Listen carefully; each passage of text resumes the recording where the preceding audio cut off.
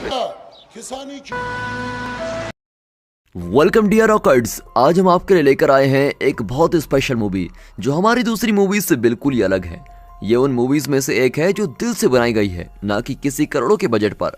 ये एक Iranian movie है जिसे 1998 में ऑस्कर अवार्ड्स के बेस्ट फॉरेन फिल्म के लिए नॉमिनेट किया गया था और इसे बहुत ही सराहा गया। इसके बाद कई लैंग्वेजेस में भी इस फिल्म को बनाया गया। इस फिल्म को बच्चों और बड़ों दोनों को जरूर देखना चाहिए। तो चलिए इस मूवी के अंदर, जिसकी कहानी ईरान के तेहरान शहर में होती है। मूवी की शुरुआत में पिंक शूज को दिखाते हैं जिन्हें एक बुजुर्ग रिपेयर कर रहा होता है और एक छोटे लड़के को देता है। इस 8 साल के लड़के का नाम अली है। वो बुजुर्ग को पैसे देकर उन शूज को बहुत ही संभाल कर लेके जाता है और फिर रास्ते में रोटी खरीद कर वो एक दुकान में सब्जियां लेने जाता है और शूज वाले कवर को बाहर रखकर वो अंदर आलू खरीदने जाता है। तभी दुकानदार कहता है कि इस बार तो ले लो, लेकिन अगली बार पुराना हिसाब चुकाए बिना सामान नहीं दूंगा। और इसी बीच बाहर आकर एक आदमी पुराने प्लास्टिक कवर्स वगैरह के साथ शूज को भी गलती से उसमें उठा लेता है और अपने सामान के बीच रखकर चला जाता है। अली जैसे ही बाहर आता है तो वहाँ शूज नहीं होते और वो घबराकर बॉक्सेस के बीच ढूंढने लगता है। तब बॉक्सेस और सब्जियों की टोकरियां नीचे गिर जाती है और दुकानदार उसको डांट कर भगाई देता है। अब शूज के खो जाने से अली बहुत ही रोता है और घर लौटता है, लेकिन घर पर भी मुसीबतों की कमी नहीं होती। घर का मालिक उसकी माँ को डांट रहा होता है कि 5 महीनों से तुम लोगों ने भाड़ा नहीं दिया है और भाड़ा नहीं दे सकते तो घर खाली कर दो ना, ऊपर से इतना पानी क्यों खर्च कर रही हो। और तब उसकी माँ जवाब देती है कि आपके घर में मैले कपड़े पानी से नहीं धोते क्या, हम तो पानी से ही धोते हैं। और इस तरह उनकी तू मैं सुनकर अली अंदर जाता है। वहाँ पर उसकी छोटी बहन ज़हरा एक नन्हे से बच्चे को सुला रही होती है जो शायद उसका छोटा भाई है। और जैसे ही वो अली को देखती है तो ज़हरा का चेहरा बिल्कुल खिल जाता है और पूछती है, भैया मेरे शूज कहाँ हैं। अब अली रोते हुए कहता है कि शूज तो खो गए हैं। और अब ज़हरा को भी रोना आता है कि बिना शूज के मैं स्कूल कैसे जाऊंगी। तुम फिक्र मत करो ज़हरा, मैं तुम्हें कैसे भी करके शूज दिलाऊंगा। ये कहकर अली बाहर भागता है। अब दूसरे बच्चे मजे से खेल रहे होते हैं, लेकिन अली को अपने घर की समस्याओं से फुर्सत ही नहीं मिलती। लेकिन ये मूवी इनकी गरीबी या समस्याओं के बारे में नहीं है। ये मूवी इन दोनों भाई बहन के बीच के प्यार और इनकी अंडरस्टैंडिंग के बारे में है। इतना ही नहीं, इस मूवी में ये भी देख सकते हैं कि बच्चे अपनी प्रॉब्लम्स को सॉल्व करने के लिए कितने अच्छे और नए तरीकों का इस्तेमाल करते हैं और ऐसे तरीके बड़ों को भी नहीं सूझते हैं। बच्चों में जो इंसानियत नजर आती है ना, न जाने वो बड़े होते होते कुछ लोगों में वो कब और कहां गायब हो जाती है। और इस तरह की कई बातें इस मूवी में हमको देखने को मिलेगी। अब अली फिर उस दुकान में पहुंचता है और शूज को हर तरफ ढूंढने लगता है, लेकिन उसको कहीं भी नहीं मिलते और उसे छुपते हुए देखकर दुकानदार फिर से भगा देता है। अब उस रात अली के पापा उसकी माँ से कहते हैं, तुम्हें कपड़े धोने की क्या जरूरत थी, बेकार के मालिक के मुंह क्यों लग गई। अरे जब डॉक्टर ने कुछ दिन तक आराम करने को कहा है तो आराम क्यों नहीं करती, लेकिन मेरी बात सुने कौन। और अब वो अपना गुस्सा अली पर उतारता है कि तुमने माँ की मदद क्यों नहीं की। बेचारा अली बिना कुछ कहे रोने लगता है। उस रात ज़हरा बाहर सूखे हुए कपड़े निकाल कर लाती है, फिर वो अपने पापा को चाय बनाकर देती है। छोटा बच्चा रोना बंद ही नहीं करता। एक और अली अपना होमवर्क कर रहा होता है और ज़हरा उसके पास जाकर बैठती है और बहुत ही धीरे से बात करती है ताकि माँ और पापा को पता न चले कि शूज तो खो गए हैं। फिर वो नोटबुक में लिखती है कि भैया कल मैं शूज के बिना स्कूल कैसे जाऊंगी, और वो नोटबुक को अली को देती है। वो उस पर जवाब लिखता है कि चप्पल पहन कर जाओ और नोटबुक उसको लौटा देता है। अब उसका जवाब देखकर ज़हरा बहुत ही गुस्सा हो जाती है और लिखती है कि पापा को बता दूंगी, बता रही हूँ। वो लिखता है कि बताओगी तो दोनों की पिटाई होगी, और वैसे भी पापा के पास नए शूज खरीदने के पैसे भी नहीं है। अब इस तरह लिखाई के जरिए इनकी बातचीत चल रही होती है और फिर आखिरकार दोनों मिलकर डिसाइड करते हैं कि दोनों ही अली के शूज को यूज करेंगे। ज़हरा को सुबह स्कूल जाना होता है तो वो सुबह जाएगी और अली को दोपहर में जाना है तो जब वो घर आ जाएगी तो वो अली को शूज देगी। यह है लाजवाब सोल्यूशन दोस्तों। अब ज़हरा का दिल रखने के लिए अली उसको अपनी एक पेंसिल भी देता है कि तू किसी को मत बोलियो कि मैंने शूज खो दिए हैं। और फिर अगली सुबह ज़हरा अली के शूज को पहनकर स्कूल के लिए निकल जाती है।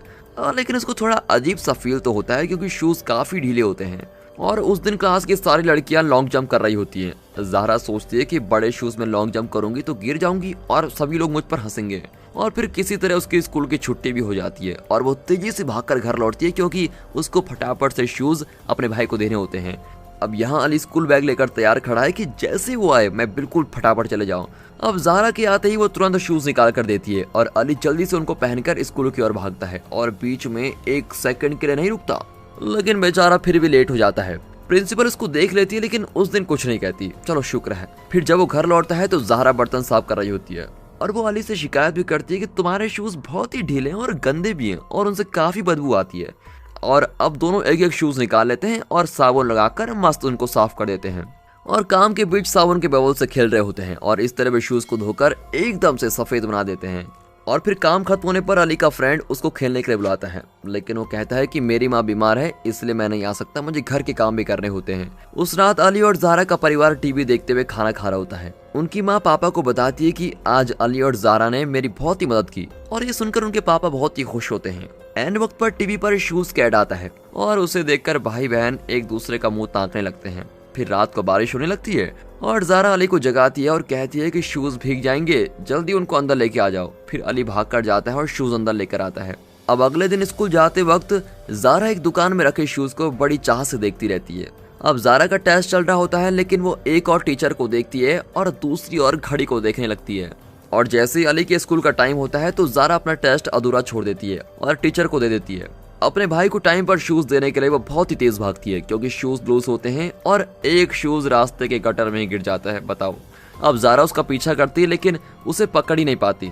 गटर में एक जगह ब्लॉक होता है और शूज वहां पर अटक जाता है। फिर ज़ारा उस तक नहीं पहुंच पाती और फूट फूट कर रोने लगती है कि मैं अब क्या करूं, मेरे लिए तो पहले ही लेट हो गई है। तभी एक दुकानदार उसको देखकर एक लंबी लकड़ी लेकर आता है और उस ब्लॉक को क्लियर कर देता है। अब शू फिर से पानी में भीगने लगता है और तब क्लीनिंग करने वाला एक आदमी शू को बाहर निकालता है। फिर ज़ारा उस शू को पहनकर रोती हुई लौटती है। अली पूछता है कि तुमने इतनी देर क्यों लगा दी, मेरा भी तो टेस्ट है। अब ज़ारा कहती है कि मैं पापा को सच बताने वाली हूँ, सच में ये मुझसे नहीं होगा। ये शूज़ बहुत ही बड़े हैं और मैं इनको पहनकर ठीक से भी नहीं चल पाती, और आज तो एक शू गटर में भी गिर गया। अली कहता है कि सुन बहना, तुझे समझ नहीं आ रहा है क्या? मुझे पापा की मार से डर नहीं लगता, लेकिन मैंने तुझे बताया ना कि पापा के पास पैसे नहीं है। और फिर अली शूज को पहनकर स्कूल के लिए दौड़ता है। अब दोबारा लेट आने पर प्रिंसिपल उसको डांटते हैं और पूछते हैं कि तुम्हारा शू इतना गंदा क्यों है और गीला भी क्यों? वो सर गलती से मेरा पैर गटर में फंस गया था। लेकिन अली के पॉकेट में उसका सॉक्स देखकर प्रिंसिपल पूछते हैं कि गटर में तुम्हारे सॉक्स गीले क्यों नहीं हुए?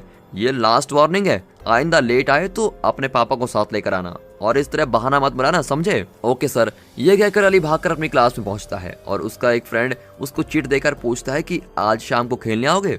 नहीं आऊंगा यार, माँ बीमार है। ये लिखकर वो उसको चिट देता है। अब टीचर टेस्ट पेपर करेक्ट करके देते हैं और अच्छे नंबर लाने के लिए अली को एक गोल्ड कलर का पेन भी गिफ्ट कर देते हैं।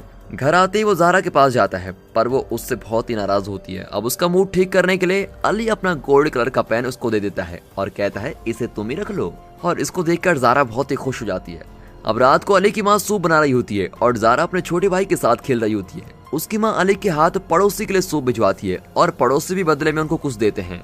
दोस्तों, अगर आपके आस पड़ोस में ऐसा होता है तो आप बहुत ही किस्मत वाले हो। अब अगले दिन प्रेयर के बीच ज़ारा प्रे करने के बजाय सबके शूज को देख रही होती है और हर किसी ने तरह तरह के खूबसूरत शूज पहने हुए होते हैं। अब ज़ारा को अपने शूज को देखकर शर्म आने लगती है कि छी, मेरे कितने गंदे हैं और बाकी सभी के तो इतने अच्छे। तभी अचानक उसकी नजर पिंक शूज पर पड़ती है, जो बिल्कुल उसके पिंक शूज की तरह दिखाई देते हैं। क्लास में ज़ारा की टीचर किसी इंग्लिश पोएम को पढ़ रही होती है और हर स्टूडेंट उसको लिख रहा होता है। तभी ब्रेक में ज़ारा बाहर जाकर हर स्टूडेंट का शू देखती है और तब वो उस पिंक शू वाली लड़की का चेहरा देख लेती है। इस लड़की का नाम रोया होता है। अब ज़ारा जानती है कि ये उसके ही पुराने शूज हैं और स्कूल के बाद वो रोया का पीछा करती है। वो बहुत ही उछल कूद करके चलती हुई अपने घर पहुंचती है और ज़ारा उसका घर देख लेती है। और अब ज़ारा भागकर अपने भाई को शूज देती है। उस दिन भी अली लेट पहुंचता है और प्रिंसिपल उसको रोक लेते हैं और कहते हैं कि अब तो तुमको अपने पापा को साथ लाना ही होगा। अली विनती करता है कि सर प्लीज, मेरे पापा मजदूरी करते हैं, वो नहीं आ सकते। तो ठीक है, अपनी माँ को बुला लाओ। अब अली रोता हुआ कहता है कि वो बीमार है। अब प्रिंसिपल कहते हैं कि बहाना मत बनाओ वरना घर चले जाओ, और उसको घर भेज देते हैं। बेचारा अली घर जाने लगता है और तब उसका टीचर उससे पूछता है तो वो सारी बातें बताता है। अब टीचर प्रिंसिपल से कहता है कि अली अपनी क्लास के टॉप स्टूडेंट्स में से एक है और उसकी फैमिली की सिचुएशन बहुत ही खराब है, जिसके कारण वो देर हो जाता है। फिर प्रिंसिपल उसकी बात मानकर अली को अंदर अलाउ कर देते हैं। फिर शाम के समय ज़ारा अली को लेकर रोया के घर जाती है। आज तो किसी भी तरह उससे अपने शूज वापस मांग के लाएंगे, ये सोचकर दोनों घर के बाहर छुप कर देखने लगते हैं। रोया और उसके पापा लुका छुपी खेल रहे होते हैं, लेकिन बाद में इनको पता चलता है कि उसके पापा देख नहीं सकते। अब ये जानकर दोनों बच्चों का मन ही नहीं करता कि वे शूज को वापस मांगे। रोया की सिचुएशन को देखकर दोनों घर लौटते हैं। एक जोड़ी पुराने शूज इन बच्चों की लाइफ में कितनी ज्यादा अहमियत रखती है, इसे बहुत ही अच्छे ढंग से दर्शाया गया है। पापा मजदूरी करते हैं और घर में हमेशा पैसों की तंगी रहती है, लेकिन इसके बावजूद इन बच्चों ने अपनी इंसानियत नहीं खोई है। तो तभी तो इस मूवी का नाम चिल्ड्रन ऑफ हेवन रखा गया है। अली के पापा जो एक माली हैं, उन्हें साउथ तेहरान में ज्यादा काम नहीं मिल रहा था, इसलिए कुछ एक्स्ट्रा पैसे कमाने के लिए वो कुछ गार्डनिंग टूल उधार ले लेते हैं और अली को लेकर नॉर्थ तेहरान के लिए निकल पड़ते हैं। कड़ी धूप में वो बहुत दूर साइकिल चला लेते हैं और उस एरिया में बहुत ही बड़े बड़े बंगले होते हैं। लगता है ये पैसों वालों का एरिया है। दोनों बहुत ही थके हुए होते हैं और उनका गला भी सूख रहा होता है। फिर अली के पापा एक बंगले पर कॉलिंग बेल बजाते हैं और पूछते हैं कि क्या आपको एक माली की जरूरत है। अंदर से एक औरत न जाने क्या क्या चिल्लाती है और अली के पापा घबरा जाते हैं और अली को लेकर दूसरे बंगले पर जाते हैं। वहाँ एक आदमी अंदर से पूछता है, इससे पहले कि उसके पापा डर के मारे कुछ कहे, अली बहुत ही सब्र से पूछता है कि क्या आपके घर में बगीचे का काम है। वो आदमी ना में जवाब देता है। फिर बाप बेटा हर बंगले की कॉलिंग बेल बजाकर काम मांगते हैं, लेकिन लगता है वहाँ किसी को भी इनकी सेवा की जरूरत नहीं है। तभी एक घर में बहुत ही भयानक कुत्ता होता है और ये दोनों डरकर भाग जाते हैं और अली को अब बहुत ही प्यास लगने लगती है और पास से एक बंगले के बाहर एक नल भी होता है और फिर अली उस नल से पानी पीता है। तभी अंदर से एक छोटा लड़का पूछता है कि बाहर कौन है। अली कहता है कि हम बगीचे का काम ढूंढ रहे हैं, क्या तुमको माली की जरूरत है। वो लड़का कहता है कि मैं तो नहीं जानता। अब अली कहता है कि घर में बड़े लोग होंगे, उनसे पूछ कर बताओ। वो कहता है कि यहाँ सिर्फ मैं हूँ और मेरे दादाजी रहते हैं, लेकिन वो अभी सो रहे हैं। तुम अंदर आ जाओ, हम दोनों मिलकर खेलेंगे। बताओ, यहाँ रोटी कपड़ा और मकान ही नहीं मिल रहा है और इसे खेलने की पड़ी है। ये सोचकर अली वहाँ से चला जाता है, लेकिन कुछ दूर जाने पर वो लड़का और उसके दादाजी बाहर आकर उनको बुला लेते हैं। वो बुजुर्ग अली के पापा को अपने बड़े बगीचे का कुछ काम देता है और इसी बीच वो लड़का अली के साथ मजे से खेल रहा होता है। अब काम खत्म होने पर बुजुर्ग अली के पापा को बहुत अच्छी रकम भी देता है, लेकिन वो इतना नेक होता है कि कहता है, सर आप बहुत ही ज्यादा दे रहे हो। लेकिन बुजुर्ग कहता है कि रख लो, तुमने बहुत ही बढ़िया काम किया है। अब दोनों घर लौट रहे होते हैं और दोनों हवा में पुल बांध रहे होते हैं कि इन पैसों से ये लेंगे, वो करेंगे, ये करेंगे। और बातों बातों में अली कह ही देता है कि पापा ज़हरा के शूज फट गए हैं, उसके लिए नए शूज चाहिए। और उसके पापा बहुत ही खुशी से कहते हैं कि हाँ ठीक है, हम नए शूज ले लेंगे। फिर वे एक ढलान वाली सड़क पर तेजी से जा रहे होते हैं कि अचानक ब्रेक ही काम नहीं करता। अब वो पैरों से भी साइकिल को रोकने की कोशिश करते हैं, लेकिन हो नहीं पाता और इस तरह साइकिल के साथ दोनों एक पेड़ से टकराकर गिरी जाते हैं। दोनों को चोट भी आती है और साइकिल भी खराब हो जाती है और जो पैसे बेचारों ने कमाए थे वो गाड़ी के भाड़े और इनके इलाज में खर्च हो जाते हैं। कुछ पैसे तो साइकिल में लग जाते हैं और ऐसे इनके सारे पैसे खत्म हो जाते हैं। अब नए शूज अब बच्चों का सपना बनकर ही रह जाता है। अब अगले दिन ज़हरा फिर अली के शूज पहनकर स्कूल जाती है और छुट्टी होते ही वो तेजी से भागकर लौटती है। तब उसके बैग से गोल्ड कलर का पेन नीचे गिर जाता है और रोया उसको देख लेती है और पेन उठाकर उसके पीछे भागती है, पर उसको पकड़ नहीं पाती। और फिर ज़हरा से शूज लेकर अली स्कूल जाता है। वहाँ एक मैराथन रेस अनाउंस की जाती है जिसमें कई स्कूल के बच्चे भाग लेते हैं। अली भी उसमें भाग लेना चाहता है, लेकिन उसके पास तो शूज है ही नहीं, वो भागेगा कैसे, इसलिए वो अपना नाम नहीं देता। अब दिखाते हैं कि रोया ज़हरा के गोल्ड कलर पेन से लिख कर देखती है। उसे वो पेन बहुत ही अच्छा लगता है, लेकिन फिर भी ये किसी और का पेन है, इसलिए ये छोटी सी लड़की रोया अगले दिन ज़हरा को पेन लौटा देती है।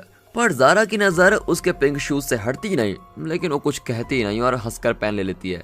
अब एक शॉप में रोया के पापा उसके लिए नए शूज खरीद रहे होते हैं। अली के पापा उन शूज को सिर्फ देख ही पाते हैं क्योंकि उनके पास पैसे तो होते नहीं। और फिर जैसे नए शूज आते हैं तो रोया की माँ उन पुराने पिंक शूज को फेंक देती है।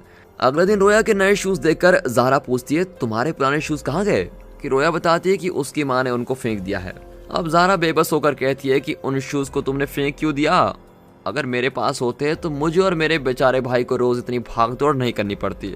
और अगले दिन उस रनिंग रेस के लिए सिलेक्टेड लोगों की लिस्ट आती है और साथ ही फर्स्ट, सेकंड और थर्ड प्राइज का भी जिक्र किया होता है। फर्स्ट और सेकंड प्राइज का तो पता नहीं, लेकिन थर्ड प्राइज को पढ़ते ही अली डिसाइड कर लेता है कि वो इसमें भाग लेगा, क्योंकि थर्ड प्राइज में पता है क्या है? जूते हैं। सुन लिया, एक जोड़ी शूज हैं। तो अब अली पीटी सर के पास जाकर कहता है कि सर मुझे इसमें भाग लेना है, मुझे इसमें भाग लेना है। बेटा सिलेक्शन ऑलरेडी हो चुका है, अब कुछ नहीं हो सकता। और अली रोने लगता है कि सर प्लीज मैं आपके हाथ जोड़ता हूँ, मैं अपने स्कूल के लिए प्राइज लेकर जरूर आऊंगा, आप मुझको एक चांस तो देकर देखिए। ठीक है बेटा, रो मत। ये कहकर पीटी सर उसे एक चांस देते हैं और उसकी स्पीड को देखकर पीटी सर उसको भी सिलेक्ट कर लेते हैं। अब घर पर अली ज़हरा को बताता है कि मैं थर्ड प्राइज जरूर जीतूंगा और वो शूज तुमको देकर रहूंगा। थैंक यू भैया, ये कहकर ज़हरा बहुत ही खुश होती है। अब रेस के दिन हर स्कूल से 5-6 स्टूडेंट्स रेस में भाग ले रहे होते हैं। अली को हर तरफ खाते पीते परिवार के बच्चे नजर आते हैं जो बहुत ही हट्टे कट्टे और अच्छे दिख रहे होते हैं, पर अली अपने पुराने फटे हुए शूज को लेकर ही रेस करने को तैयार है। ये एक मैराथन रेस होती है जिसमें इन्हें 4 किलोमीटर तक दौड़ना है। रोज घर से स्कूल भागते भागते अली को भागने की जैसी आदत पड़ गई होती है, इसलिए वो खूब तेज दौड़ता है। वो किसी और को नहीं देखता और जी जान से दौड़ ही रहा होता है। और इन्हें रास्ता दिखाने के लिए इंपॉर्टेंट पॉइंट्स पर कुछ वॉलंटियर्स भी खड़े होते हैं। और भागते भागते अली सिर्फ अपनी बहन के बारे में सोच रहा होता है और उन जूतों के बारे में सोच रहा होता है। अब उसके आगे 10 बच्चे भाग रहे होते हैं और बहुत दूर दौड़ने के बाद अब बाकी सभी स्टूडेंट्स थकने लगते हैं और एक एक करके सभी को ओवरटेक करके अली फर्स्ट पोजीशन पर भाग रहा होता है। लेकिन वो तो फर्स्ट आना नहीं चाहता, वो तो थर्ड आना चाहता है, इसलिए 2 स्टूडेंट्स को वो आगे जाने देता है और अब थर्ड पोजीशन पर भाग रहा होता है। लेकिन इसी बीच एक लड़का उसको नीचे गिरा देता है और किसी तरह अली संभल कर खड़ा होता है और फिर तेजी से भागने लगता है। अब इन 5 बच्चों के बीच काफी तगड़ा कंपटीशन चल रहा होता है। अब रेस फाइनल स्टेज पर है और खत्म भी होने वाली है। पेरेंट्स और टीचर बच्चों को खूब चीयर कर रहे होते हैं। अली के पीटी सर और प्रिंसिपल्स को खूब एनकरेज कर रहे होते हैं क्योंकि अगर वो जीत गया तो उनके स्कूल का नाम बड़ा होगा। अली आंखें बंद करके बहुत ही तेज भागता है, बहुत ही तेज, और फिनिशिंग लाइन को क्रॉस करके गिर पड़ता है। पसीने से लथपथ वो गहरी सांस ले रहा होता है और उसके पीटी सर और प्रिंसिपल भाग कर आते हैं और कहते हैं, बेटा तुमने आखिरकार करके दिखा दिया, हम फर्स्ट आ गए हैं। दरअसल वो आंखें बंद करके भाग रहा था और उसको पता ही नहीं चला कि वो फर्स्ट आ गया है। अब वो हाँफता हुआ कहता है कि सर मुझे थर्ड प्राइज चाहिए, मुझे थर्ड प्राइज ही चाहिए। लेकिन उन लोगों को उसकी बात सुनाई नहीं देती और वे हंसकर उसको कंधे पर उठा लेते हैं। अब फर्स्ट आने के लिए उसको एक मेडल और ट्रॉफी दी जाती है, लेकिन उसकी नजर तो उन जूतों पर ही होती है जो थर्ड प्राइज पर थे। फोटोग्राफर उसको हंसने को कहता है लेकिन उसकी आंखों से आंसू आ रहे होते हैं। दरअसल दोस्तों ये फर्स्ट सेकंड थर्ड का चक्कर बड़ों ने अपने लिए बनाया है और उसे बच्चों पर थोपने की कोशिश करते रहते हैं। बेचारे बच्चों की तो बेसिक जरूरतें पूरी हो जाए वही उनके लिए काफी है और उसी में बहुत ही खुश रहते हैं। खैर यहाँ अली के पापा अपने काम के लिए बहुत ही अच्छी रकम हासिल कर लेते हैं और वो घर के लिए काफी सारी चीजें और बच्चों के लिए शूज भी लेकर आते हैं। पर इस बात से बेखबर अली मुंह लटकाकर घर आता है। लेकिन इससे पहले कि वो ज़हरा से कुछ कहे कि वो थर्ड प्राइज की जगह फर्स्ट प्राइज लाया है, उनकी माँ ज़हरा को किसी काम से अंदर बुलाती है। फिर अली अपना शू उतार कर सॉक्स निकालता है। फटे हुए सॉक्स पहनकर धूप में बहुत दूर भागने की वजह से उसके पैर जैसे जल गए होते हैं और अपने पैरों को ठंडा करने के लिए वो छोटे से पुल के अंदर अपने पैर रख लेता है और पानी के अंदर गोल्ड फिशेस आकर उसके पैर के पास तैरने लगती है, जैसे कि कह रही हो कि हम तुम्हारे साथ हैं। और दोस्तों इसी के साथ ये मूवी यहाँ पर खत्म होती है। हम में से कितने लोग smartphone, costly bike, car, luxury home, branded dress, shoes वगैरह वगैरह खरीदने के चक्कर में उलझे रहते हैं, लेकिन क्या हमें सच में उन सारी चीजों की जरूरत है जिन्हें हम खरीदते हैं? शायद नहीं। यहाँ इन दोनों बच्चों को सिर्फ एक जोड़ी शूज की जरूरत थी और उसे पाने के लिए अली को इतनी मेहनत करनी पड़ी, पर फिर भी वो उसको हासिल नहीं कर पाया। दुनिया भर में कई करोड़ों परिवार ऐसे ही जीते हैं दोस्तों, लेकिन उन परिवारों के बच्चे उन्हीं प्रॉब्लम्स के बीच अपनी खुशी को ढूंढ लेते हैं। तो दोस्तों अगर ये वीडियो और हमारी एक्सप्लेनेशन आपको अच्छी लगी हो तो इस वीडियो को अपने फैमिली, फ्रेंड्स और हर जगह शेयर जरूर कीजिए। बच्चों को ये मूवी बहुत ही कुछ सिखा सकती है और साथ ही इस वीडियो को एक लाइक और चैनल को सब्सक्राइब अभी कर दें। And finally thanks for watching.